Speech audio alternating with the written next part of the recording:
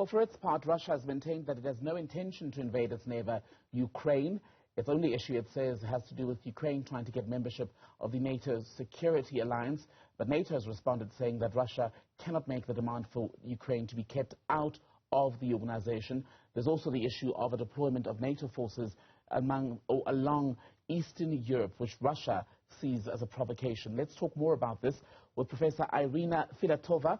She's with the University of KwaZulu-Natal in the Faculty of Humanities. Prof, a very good evening to you. Welcome to the program. So you've got this scenario that's been going on for weeks now, the US and its European allies saying that Russia intends to invade Ukraine.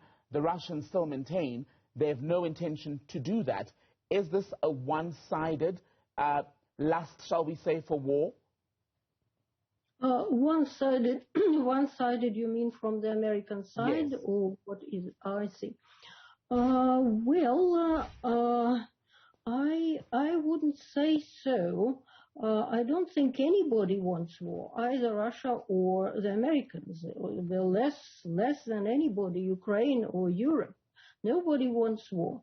But Russia wants to achieve its goals, preferably without war.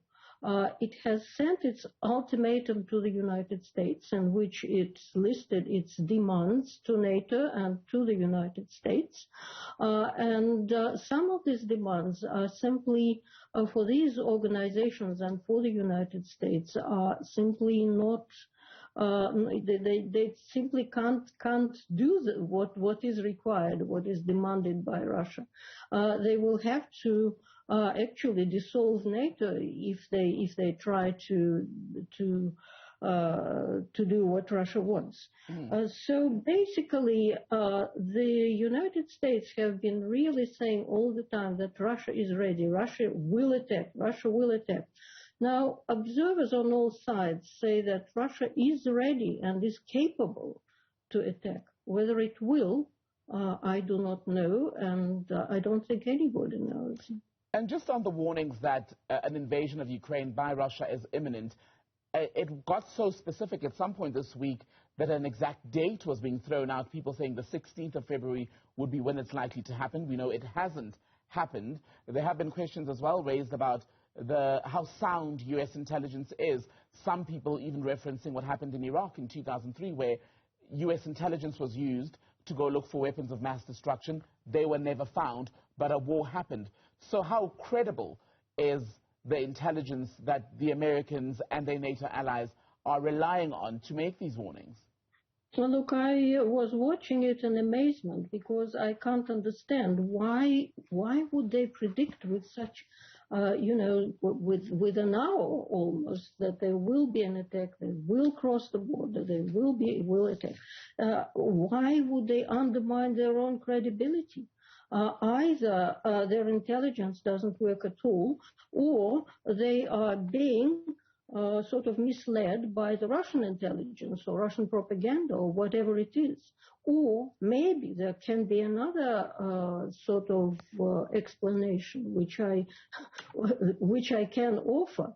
Putin never does what the West expects him to do or wants him to do, or whatever they predict he will do. He will never do it. He will always act unexpectedly. And maybe that was Biden's idea, to keep him from attacking.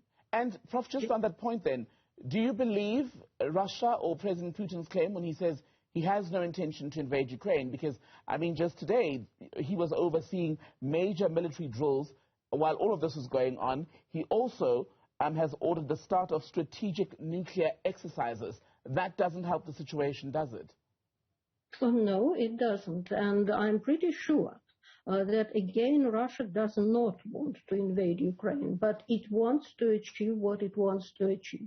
It wants a promise that Ukraine will never, ever, ever, ever join NATO, and that NATO troops should be withdrawn from the East European countries to which are now NATO members. This is impossible for NATO to implement, to fulfill.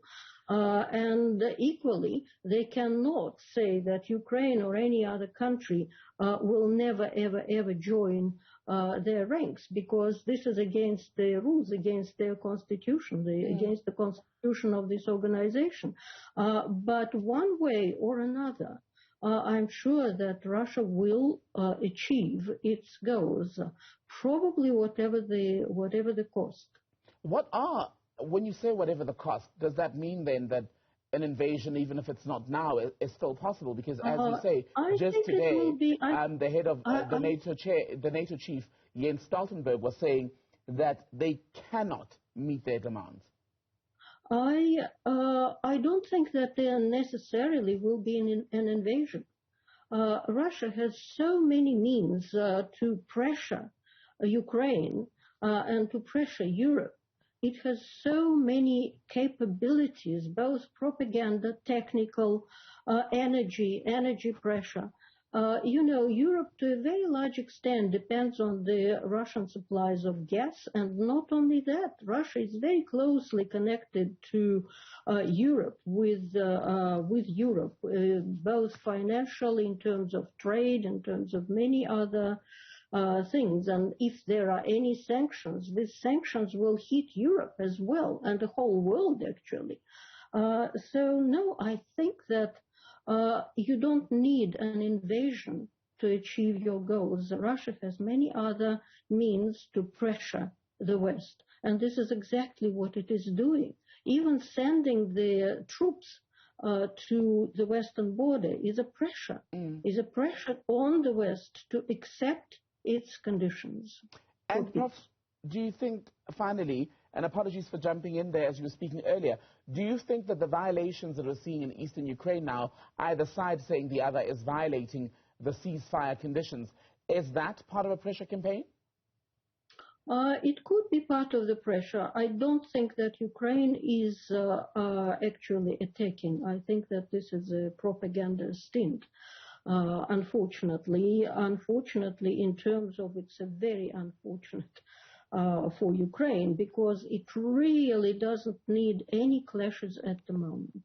It really doesn't need any clashes, and I'm absolutely sure that they hardly could afford to shell anything unless there was some sort of incentive on the part of the Donbas region. Thank you for your time. Yeah. Thank you very much for your time, Prof. Professor Irina Filatova is at the University of KwaZulu-Natal. Thank you, ma'am.